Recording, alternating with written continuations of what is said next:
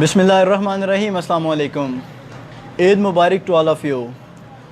94 news लाया है आपके लिए ईद उल अज़हा के मौका पर एक ज़बरदस्त ट्रांसमिशन, जिसमें हम आपको बहुत सी मज़े की बातें सुनाएंगे।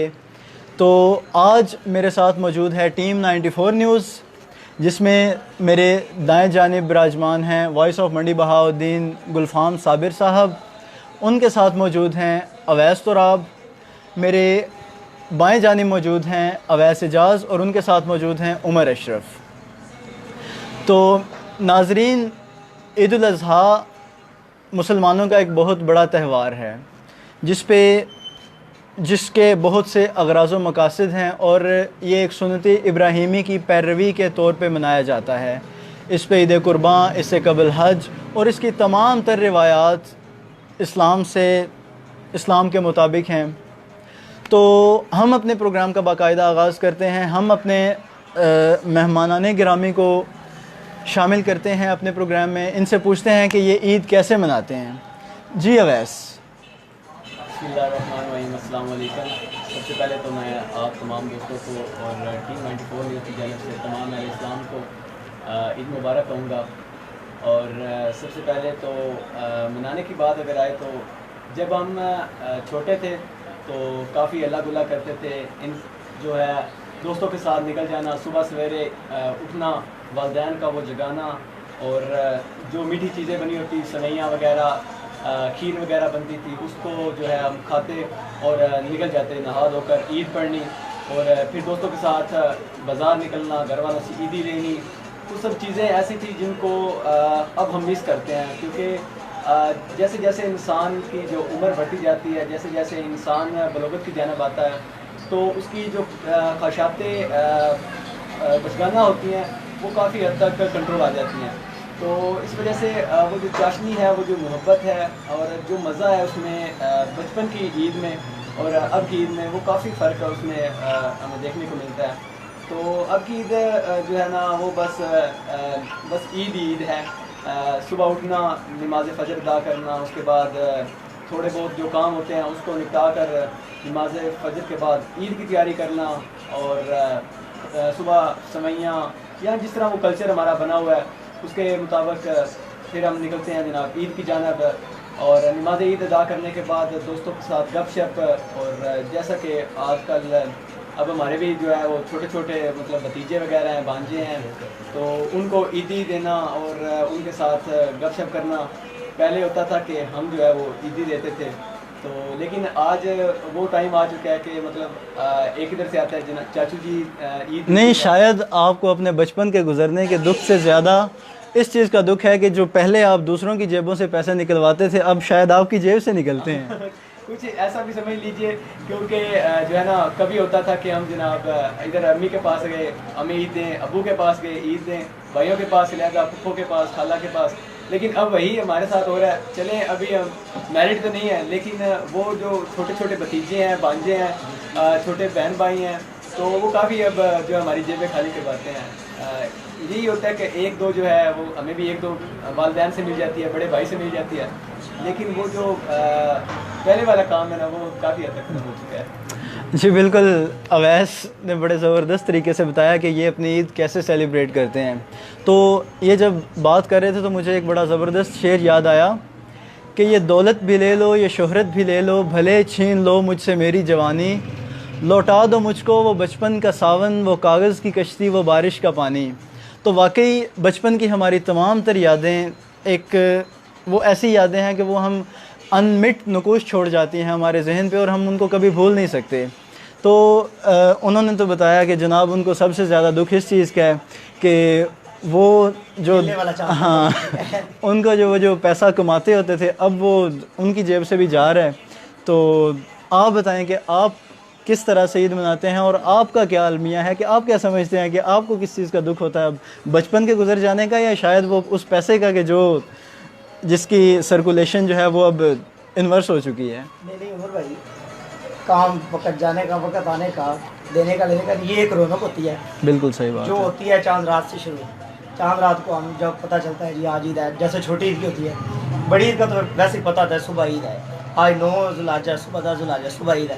रात से ही रौनकें शुरू हो जाती हैं, शॉपिंग ये वो, इधर जाओ, रात गए तक शॉपिंग करते रहना, फिर सुबह उठना, फजर की नमाज़ पढ़ना, फिर सो जाना, फिर फिक्र होना कि चंद घंटों बाद जो है हमने ईद की नमाज़ पढ़नी है। ईद की नमाज़ के बाद वो मीठा वगैरह कुछ खाना, कुछ रिलेटिव्स के जाना, बच्चे भतीजे भांजों को देना ईद, और उनकी खुशियों में शामिल होना।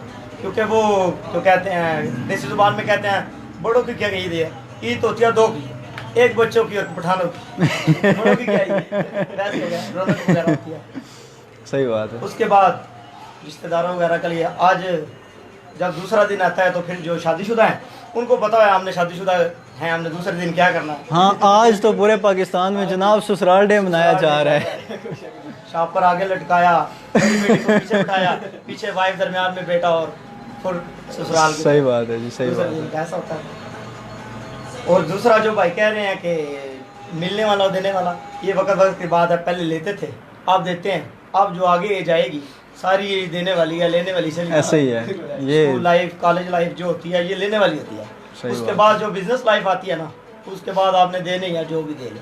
सही बात है जी। तो अब हम मूव करते हैं अवैस एजाज़ की जानिब। इनसे पूछते हैं कि ये ईद कैसे मनाते हैं। अस्सलाम वालेकुम, मेरी तरफ से तमाम देखने वालों को ईद मुबारक। ये ईद जो है ये तो है 94 के नाम। एग्जैक्टली। पहले ईद थी वो थी घर वालों के साथ ईद मना ली। ये कुर्बानी वाली ईद है, ये इसमें कुर्बानी वगैरह करके गोश्त वगैरह तकसीम कर लिया।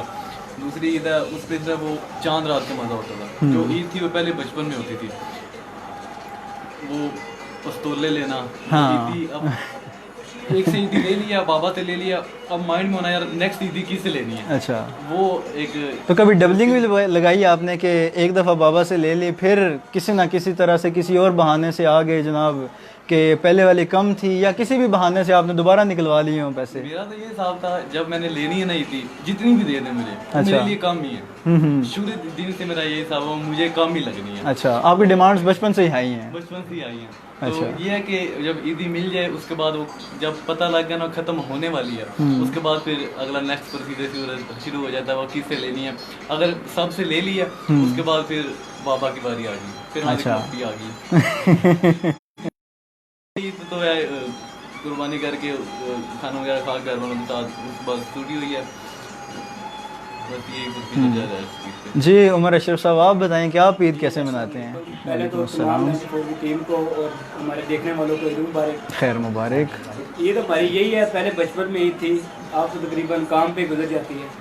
या यहाँ स्टूडियो आ जाए, पहले कभी होती थी घर पे कहीं घूमने चले गए या किसी को दे गए साथ, आपको तकरीबन दिल भी नहीं करता बाहर जाने को। और इस साल तो तकरीबन जो कोरोना की जो चल रही है इसमें वैसे भी बंद है, बाहर के बाज़ार भी बंद है, पार्क सारे, तो इसमें हम बाहर जा भी नहीं सकते। तो वो हमारी हिफाजत ही है कि हम घर रहें। सही बात है जी, बिल्कुल ऐसे ही है कि आपकी ईद पिछली ईदों से काफ़ी मुख्तलिफ है। क्यों? क्योंकि अभी एक ऐसी pandemic all over the world छाई हुई है कि जिसने बहुत से प्रॉब्लम्स क्रिएट किए हैं। हमारी मवेशी मंडियों में, हमारी हर तरह की गैदरिंग्स में बहुत से प्रॉब्लम्स आ रहे हैं हमें। तो अब हम उमर अशरफ से ही पूछते हैं, उनसे ही पूछते हैं कि कोरोना की वजह से जो आपकी ईद पे क्या किस तरह से आपकी ईद इफ़ेक्ट हुआ है कोरोना की वजह से, कि लास्ट टाइम आप 1 साल कबल जो ईद थी वो आपने कैसे मनाई, और इस दफ़ा आपकी ईद के क्या स्केड्यूल था, किस तरह से मुख्तलिफ किया कोरोना ने इस ईद को? कोरोना ने यही किया कि पहले हम घर वालों के साथ चले जाते या उन्हें बच्चों वगैरह को ले जाते थे पार्क वगैरह में। आपके बच्चे हैं? नहीं, घर पे है ना, अच्छा। भाई हैं छोटे।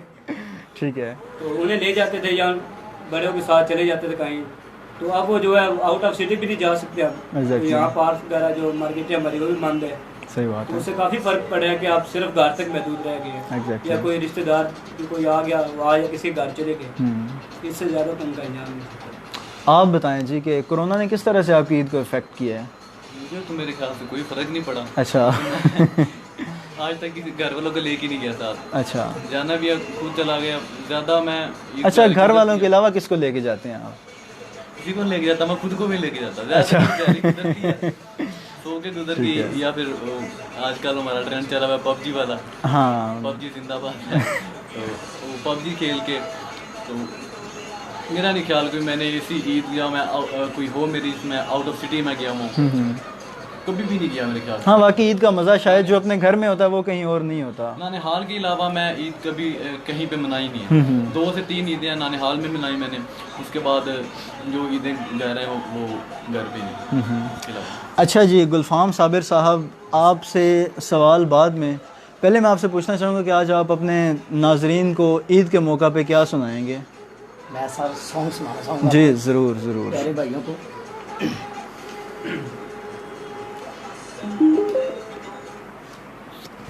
ढोला साडाए सिया ढोल दे जेड़ा रोल मुका लैना जिवे मनिया मना लैना गिण गिण तारे रात गुजारा किवे माही दी याद विसारा गिण गिण तारे रात गुजारा किवे माही दी याद विसारा जिथे मिले ओ जदों मिले रांझा मेरे दिल दा हाथ बन के मना लेने जेड़ा रोल मुका लेने। अच्छा जी, तो ये आपके दिल का जो रांझा है ये नाराज़ क्यों हुआ था? कोई लोड शोड का रोल है या क्या प्रॉब्लम क्या हुई है कि लोड का जो वैसे ही सोशल प्रॉब्लम कोरोना समझ लिया जो भी सब नहीं? अब कोरोना पे इल्ज़ाम ना लगाएं भैया, आप अपने नहीं कोरोना पे साफ तो नहीं लगा रहा कि अगर कोरोना पे लगाता था फिर इमरान खान साहब की तरीफ में करता ना कि उनसे। हाँ तो चलें, हमारी सबकी दुआ है कि अल्लाह ताला आपका जो रुसा हुआ ढोला है वो मान जाए, खुद ही मान जाए। खुद ही मान जाए। तो हम ढोले को भी पैगाम देते हैं कि प्लीज़ ये 94 न्यूज़ की टीम आपसे रिक्वेस्ट करती है कि मान जाएं। और ये आपको पता है कि डोला पता किसको कहते हैं? डोला उसको कहते हैं जिसका 100 किलो से वजन ऊपर हो जाए, उसको डोला होता है। चलें आप ढोली कर लें। अब आप बताएं आपका डोला है या फिर चाहने वाला? नहीं है तो डोले आप सब कह सकते हैं 100 डोला 100 डोला 100 किलो का 100 डोला। मतलब मान लिया गया। अच्छा अवैस तुराब, आप ईद कैसे मनाते हैं या ईद पे कोरोना ने किस तरह से इफ़ेक्ट किया है? जिस तरह उमर भाई देखे ना, इस बार ईद को जो है ना, ईद को नहीं ओवरऑल पाकिस्तान को, माशियत को और हमारे मुल्की हालात को, और ख़ास तौर पर जो हमारे मुल्क के गुराबा हैं उनको जिस तरह ने से कोरोना ने इफ़ेक्ट किया है, वो हम प्रोग्राम भी कर चुके हैं। जैसे को आपको पता है कि हमने प्रोग्राम किया बकरा ईद के हवाले से, तो हमने मुख्तलिफ मंडियों में विज़िट किया, तो वहाँ पे व्यापारियों ग्राहकों के दरमियान जो हमने चपलस देखी है, तो इससे मतलब पता चलता है कि कोरोना ने किस तरह इफ़ेक्ट किया है। तो ईद भी उनकी है जिनके पास कुछ है, क्योंकि ये वैसे बड़ी ईद कुर्बानी का नाम है, तो हमें इसमें ज़ाहिर बात है शामिल करना पड़ता नहीं बल्कि करना चाहिए भी, उस गरीब गुराबा को शामिल करना चाहिए। लेकिन जो मेन चीज़ होती है वो यही होती है कि अगर आप आज खुश हैं, आपने नए कपड़े पहने हैं, आपके बच्चों ने नए कपड़े पहने हैं, आपके घर कुछ अच्छा पका है, तो जो मेन तकाजा है हमारे स्पेशल, अगर मैं बात करूं अपने इस्लाम खूबसूरत मज़हब इस्लाम की, तो इसमें तो जैसे हमें हकूक़ कहा गया है, क्योंकि हकूक़ुल इबाद सबसे इम्पोर्टेंट है। और जो मेन चीज़ है वो यही है कि अगर आज आपने एक अच्छे कपड़े पहने हैं, तो आपके हमसाए के बच्चे के भी नए कपड़े होने चाहिए, सही बात। आपके हमसाए के घर भी अच्छा पका होना चाहिए, क्योंकि ये इस्लाम जो मेन चीज़ है वो इस्लाम हमें ये सिखाता है। और बाकी ईद मनाने के हवाले से बात करें तो वो मैं पहले ही कह चुका हूँ कि अब वो मज़ा नहीं रहा। अभी कल की मैं अगर बात करूँ तो कल ईद वगैरह पढ़ के तो एक रिलेटिव के घर के छोटा सा भतीजा है मेरा माशाल्लाह, मोहम्मद अब्दुल्ला, तो उसके साथ मैं बाइक पर गया उनके जो है ना खाला के घर, तो वहाँ पे घंटा 1 घंटा बैठे, तो फिर वापस आए, उसके बाद सो गए। तकरीबन मैं 4 बजे जागा हूँ। मतलब बात करने का मकसद ये है कि जो है ना अब ईद नींद पूरी करने वाली बात हो गई है, वो मज़ा नहीं रहा। हाँ सही बात है, सोशल मीडिया पे भी ट्रेंड्स चल रहे होते हैं कि भाई मीम्स बहुत सी बनी हुई हैं कि आज ईद के दिन जी मैं नए कपड़े पहन के सारा दिन सोऊंगा, तो इस तरह की और भी बहुत सी बातें होती हैं।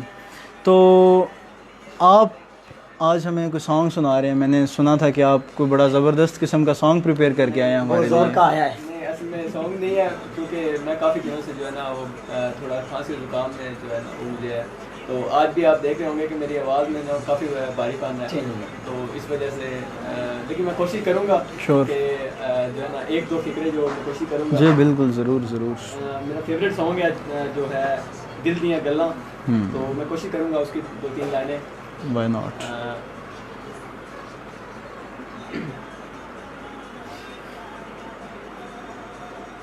कच्ची डोरी माइक काम कर दीजिएगा। कच्ची डोरियां डोरियां डोरियों से मैनू तू बांध ले, कच्ची डोरियों डोरियों डोरियों से मैनू तू बांध ले, पक्की यारियां यारियां यारियां में होंदे ना फासले, ए नाराजगी कागजी सारी तेरी मेरे सोनिया सुन ले मेरी दिल दियां गल्लां, दिल दियां गल्लां करांगे नाल नाल बह के, अख नाल अख नू मिला के, दिल दियां गल्लां, दिल दियां गल्लां करांगे रोज रोज बह के, सच्चियां मुहब्बतां निभा के, दिल दियां गल्लां, दिल दियां गल्लां सताए मैनू क्यों दिखाए मैनू क्यों, एवें झूठी मूठी रुस के रुसा के, दिल दियां गल्लां, दिल दियां गल्लां करांगे नाल नाल बह के, अख नाल अख नू मिला के, दिल दियां गल्लां, दिल दियां गल्लां। जी बहुत ज़बरदस्त, बहुत ज़बरदस्त। अच्छा, अब हम आपसे एक दिल दी गल पूछेंगे कि ये सॉन्ग आपने किसके लिए गाया है? बस अच्छा नहीं बता रहे आप, तो चलें ये बता दें कि आप ये सॉन्ग किसको डेडिकेट किसको करना चाहेंगे?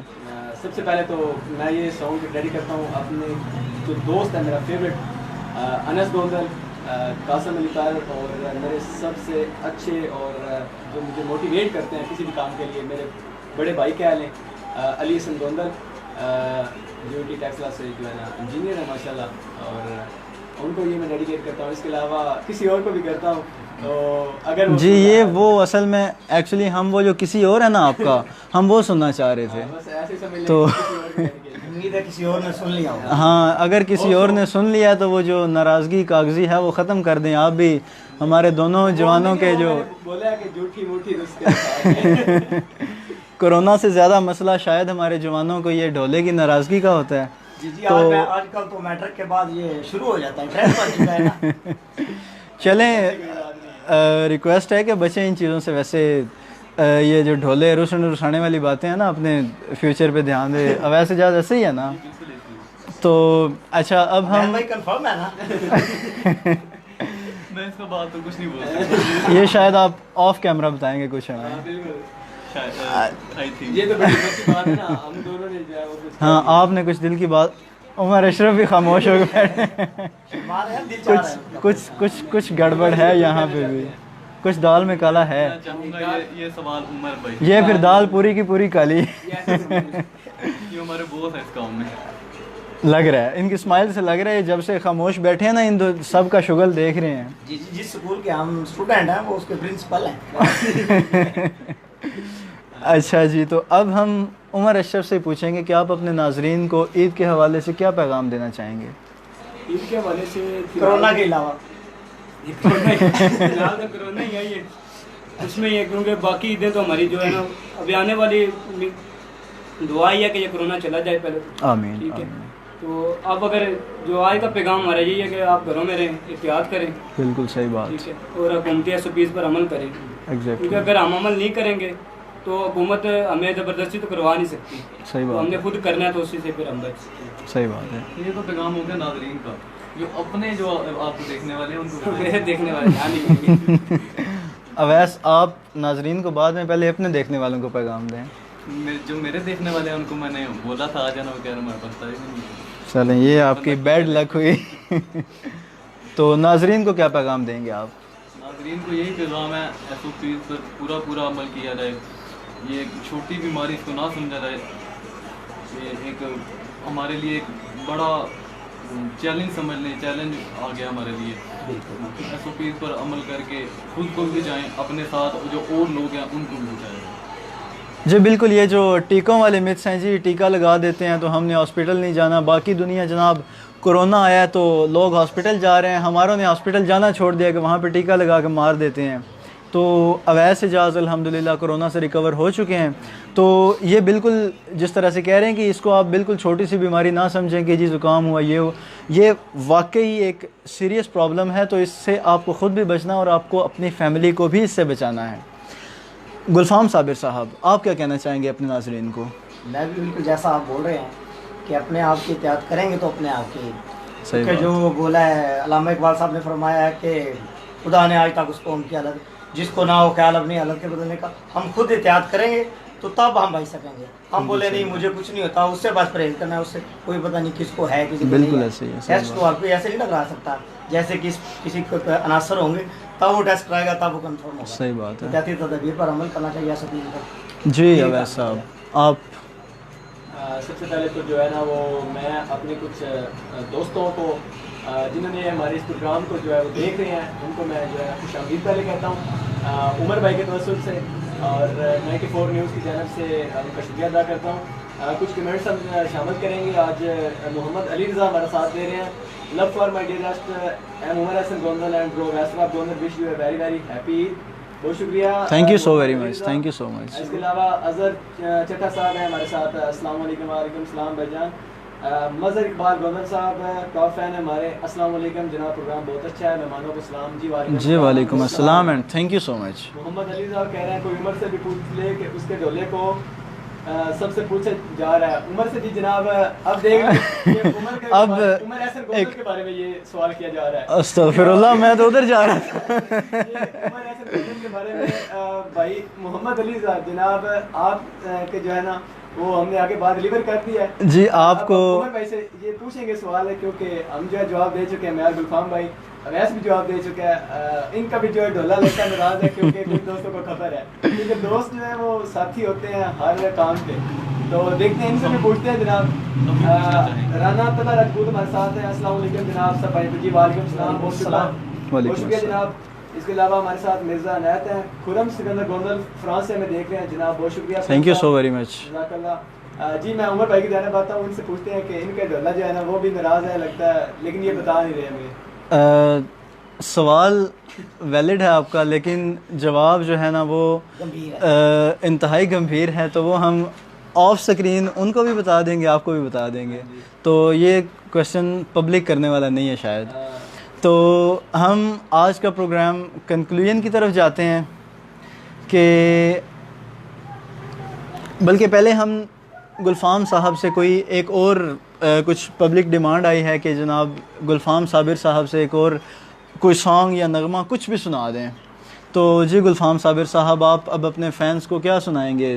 मैं सर उमर भाई को डेडिकेट करने के लिए एक सॉन्ग सुनाऊंगा। अच्छा, वो हमारे भाई हर वक्त सैड रहते हैं, जितने स्टेटस इनका एक प्रॉब्लम है, मैंने इनको कई दफ़ा नोट किया है कि हाँ जी, इनका 12 रात 12:30 बजे एक स्टेटस आता होता है, अक्सर इंतहाई दुख भरी एक दास्तान होती है उस स्टेटस में भी। तो अक्सर मैंने पूछने की कोशिश भी की है, लेकिन शायद कुछ अंदर की बात है जिस तरर मैं नहीं बता रहा, ये भी नहीं बताना चाहती। मैं कोशिश करूंगा अंदर की बात भाई आ सके, निकलवाएं मेरे दौरान जरूर निकलवाएं। दिले उम्मीद तोड़ा है किसी ने, दिले उम्मीद तोड़ा है किसी ने, सहारा दे के छोड़ा है किसी ने, दिले उम्मीद तोड़ा है किसी ने, अपनी कहानी कैसे कहेंगे अपनी कहानी, मैं उन शीशागरों से पूछता हूँ, मैं उन शीशागरों से पूछता हूँ कि टूटा दिल भी जोड़ा है किसी ने, कि टूटा दिल भी जोड़ा है किसी ने, दिले उम्मीद तोड़ा है किसी ने। अपनी कहानी कैसे कहेंगे, अपनी कहानी, अपनी कहानी कैसे कहेंगे, अपनी कहानी। बहुत ज़बरदस्त जी, बहुत ज़बरदस्त। कुछ बोलने को दिल कर रहा है आप? मेरा अच्छा जी। रिक्वेस्ट है कि हम दोनों उम्र हमें ये बताएं कि अंदर की बात है। जैसे हमारे एक मंडी बॉलदीन का पेज है, PNN न्यूज़ चैनल है, तो उनका एक प्रोग्राम है अंदर की बात, उनको ना बुलवाना पड़े बल्कि आप खुद ही बता दें। नहीं हम किसी प्रॉपर प्लेटफॉर्म पे बताएंगे। उमर साहब, आर यू एग्री? ठीक है जी। तो अब जो ढोले हैं उनसे रिक्वेस्ट है कि सहारा दे के मत छोड़ें, छोड़ना तो पहले ही छोड़ दें। ये उमर भाई को डेडिकेट एक किया है ना? हाँ, वो आपने वो जो बिल्कुल आप सही साइड डेडिकेट साइड किया आपको बोला है है। कि जब एक दफ़ा सहारा दे तो प्लीज़ उसके बाद मत छोड़ा करें, क्योंकि वो फिर अपनी कहानी कैसे कहें। कैसे कहें? हाँ, तो बस वो अपनी कहानी कहने के भी जो ना प्रॉब्लम्स होते हैं बहुत ज़्यादा। अभी कुछ जी, कमेंट्स ऐड करते हैं अवैस तो हमारे साथ हैं ओए हीरो इधर हैं, हमारे बहुत ही अच्छे दोस्त मोहम्मद खुलफान हमें ज्वाइन किया उन्होंने चक नंबर 21 से 5 चक से मेरे ख्याल से। और वैस ब्रो गुड, सो नाइस, माशाल्लाह प्रोग्राम अच्छा है जी, बहुत शुक्रिया जनाब। Thank you. इनका भी जो है ना डोला काफ़ी जो है ना कहते हैं क्योंकि कुलबान भाई भी काफ़ी ना सैड वो उमर भाई की तरह स्टेटस लगाते हैं। इनका भी जो है ना वो लगता है इनको भी प्रोग्राम में बुलाना पड़ेगा और इनसे भी चलें हम शायद वो हमारे प्रोग्राम में आ सकें या ना आ सकें, लेकिन हम 94 न्यूज़ की तरफ से और अपने इन दोस्तों की तरफ से उनके भी ढोले से रिक्वेस्ट करते हैं कि प्लीज़ मान जाएं। जी, नेक्स्ट कमेंट शामिल करें। हाँ जी, यही अभी तक है। बाकी अभी हम जो है ना दोस्तों से रिक्वेस्ट करते हैं कि जिन जिन के डॉलर जो है ना वो ख़राब हुए हुए हैं ना, इस बड़ी ईद के मौके पर दिल भी बड़ा करें, कुर्बानियाँ दें जो है ना। क्योंकि अगर मैं सीरियस चले, मजाक भी अपनी जगह, लेकिन अगर मैं बात सीरियस की जानब आऊँ तो हमें जो आपस की रंजिश है, आपस की जो हमारे दरमियान इख्तलाफात होते हैं, स्पेशल जो हमारे रिलेटिव्स होते हैं, मसलन फूफो खाला, कुछ और भी रिश्तेदार होते हैं, दोस्त अहबाब होते हैं, तो हम इस जो है ना छोटी छोटी बातों पर हम काफ़ी बड़े जो है ना वो आपस में इख्तलाफात बना लेते हैं। Exactly. आना जाना ख़त्म कर दिया जाता है। और सबसे जो बड़ी बात मैंने नोट किया उमर भाई वो ये है कि हम अपने बच्चों को इस तरह जो है वो ट्रीट करते हैं कि तुम्हारे चाचू ने ऐसे किया, तुम्हारी खाला ने ऐसे किया, फूफू ने ऐसे सही किया। बात तो है। वो बच्चा जब ग्रोथ करता है तो उसके जहन में एक बड़ी नेगेटिविटी जो है ना वो जन्म लेती है। मैंने खुद जो है ना अपने रिश्तेदारों के बच्चों को मतलब काफ़ी चीज़ों को देखा है। तो मैं ये समझता हूँ कि मेरे ख्याल से ये जो हम करते हैं, मैं उन वालिदैन से रिक्वेस्ट करता हूँ और उन जो हमारा प्रोग्राम सुन रहे हैं उन सबसे मैं ये रिक्वेस्ट करता हूँ कि खुदारा इस चीज़ को जो स्पेशल है नेगेटिविटी, इसको बच्चों से दूर रखें।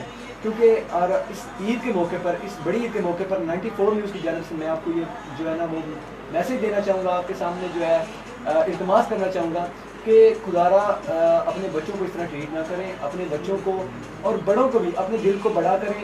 कुर्बानी की ईद है, कुर्बानी दें। अगर आपको लगता है कि मैं गलत नहीं हूँ, कोई और गलत है या मेरा दूसरा जो मुखालिफ है वो गलत है, तो आप कोशिश करें कि अपना दिल बड़ा करें, जाएँ उसके घर मिलें, उसको ईद मुबारक कहें।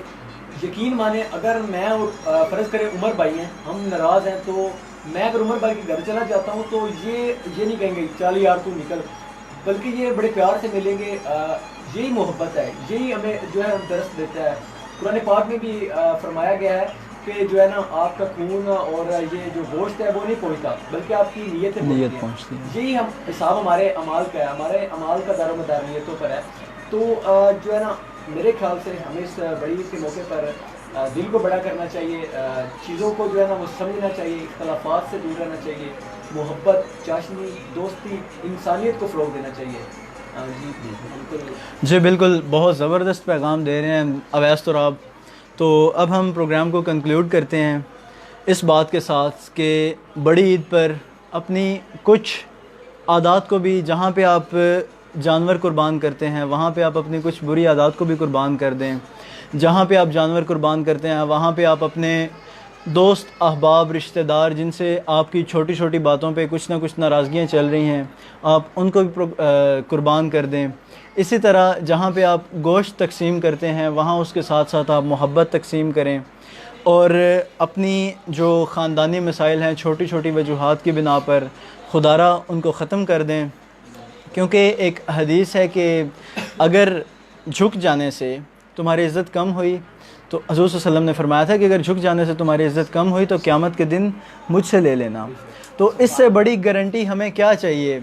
समटाइम्स होता है जो हमारे रिलेटिव्स किसी के साथ हम नाराज़ होते हैं तो आसपास के लोग हमें ये चीज़ें, ये बातें कह के थोड़ा सा और पंप करते हैं कि तू शरीका तो डर दे मारे तू हार गया या तूने हार मान लिया, इस तरह की चीज़ें। तो ये हार नहीं होती। अगर आप वाकई अल्लाह ताला की रज़ा के लिए किसी को माफ़ कर देते हैं, अगर किसी ने आपके साथ बुरा किया है या अगर आपने किसी का बुरा किया है तो आप उससे माफ़ी मांग लेते हैं, तो क़यामत के दिन यकीन मानिए हुज़ूर सल्लल्लाहु अलैहि वसल्लम ख़ुद आपकी सिफारिश करेंगे।